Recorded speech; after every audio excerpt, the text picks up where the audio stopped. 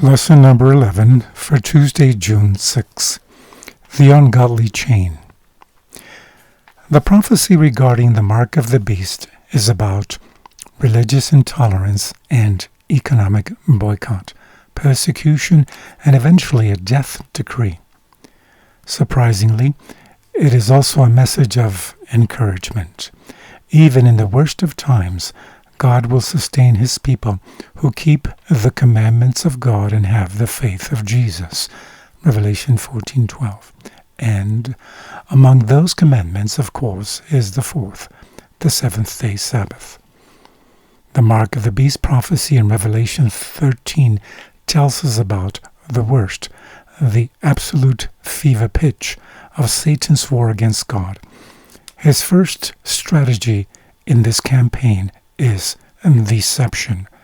Revelation 13 tells us about a time in the future when the devil will work through an earthly religio-political power called the beast and resort to force. Religious persecution, of course, is not new. It has been around ever since Cain killed Abel for worshiping the way God instructed them to worship. See Genesis 4:1-8. And Jesus said persecution would happen even to believers in the first century and down through the ages. The time is coming, he warned, that whoever kills you will think that he offers God's service. John 16:2. See also Matthew 10:22 and 1 Peter 4:12. The mark of the beast prophecy is about the final link in this ungodly chain. Like the persecutions in the past, it is designed to force everyone to conform to a certain set of beliefs and an approved system of worship. Revelation 13:15-17 says, verse 15 says, "And he had power to give life to the image of the beast, that the image of the beast should both speak and cause that as many as would not worship the image of the beast should be killed.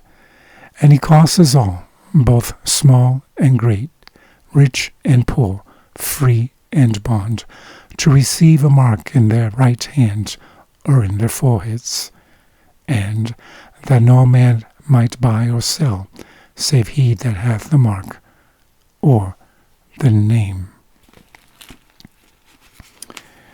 What will God's end-time people face in the final crisis? The prophecy says the persecution will start with economic sanctions. No one can buy or sell unless they have the mark. When this happens, the immense majority will capitulate. Anyone who refuses will eventually be placed under a death decree. The devil is preparing professed Christians to compromises in their lives to receive the mark of the beast when the final test comes upon us in the future. God's love for each one of us will strengthen us and preserve us during the troublous times ahead. Galatians 6:7-9 says, "Be not deceived, God is not mocked, for whatsoever a man sows, that shall he also reap. For he that sows to his flesh shall of the flesh reap corruption, but he that sows to the Spirit shall of the Spirit reap life everlasting. And let us not be weary in well-doing, for in due season we shall reap, if we faint not." Though this is not written in the context of last-day events, why is the principle here so relevant to issues over the mark of the beast and how we can stand faithful? From the book Selected Messages, Book 2, page 55, it says, "The worshippers of God will be especially distinguished by their regard for the fourth commandment, the Sabbath, since this is the sign of his creative power and the witness to his claim upon man's reverence and homage. The wicked will be distinguished by their efforts to tear down the Creator's memorial, to exalt the institution of Rome. In the issue of the contest, all Christendom will be divided into two great classes: those who keep the commandments of God and the faith of Jesus, and those who worship the beast and his image and receive his mark. Although church and state will unite their power to compel all, both small and great, rich and poor, free and bond," Revelation 13:16, "to receive the mark of the beast, yet the people of God will not receive it." Fearful tests and trials await the people of God.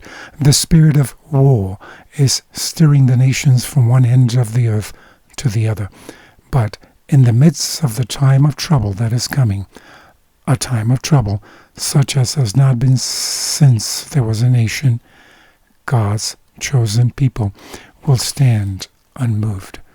Satan and his angels cannot destroy them, for angels that excel in strength will protect them. And from the book That I May Know Him, page 85, it says, "Every moment of our life is intensely real. Life is no play. It is charged with awful importance, fraught with eternal responsibilities. When we look upon life from this point of view, we realize our need of divine help. The conviction will be forced upon us that a life without Christ will be a life of utter failure. But if Jesus abides with us, we shall live for a purpose. We shall then realize that without the power of God's grace and Spirit, we cannot reach the high standard He has placed before us. May God help us to be faithful then, when the time of true test comes. We will have to decide for the truth of God as revealed in His law of love, the foundation of His government, or the lie of Satan, a deviation from the true way of worshiping God. May God help us to be faithful today, so that tomorrow we will continue to be faithful. Have a blessed day.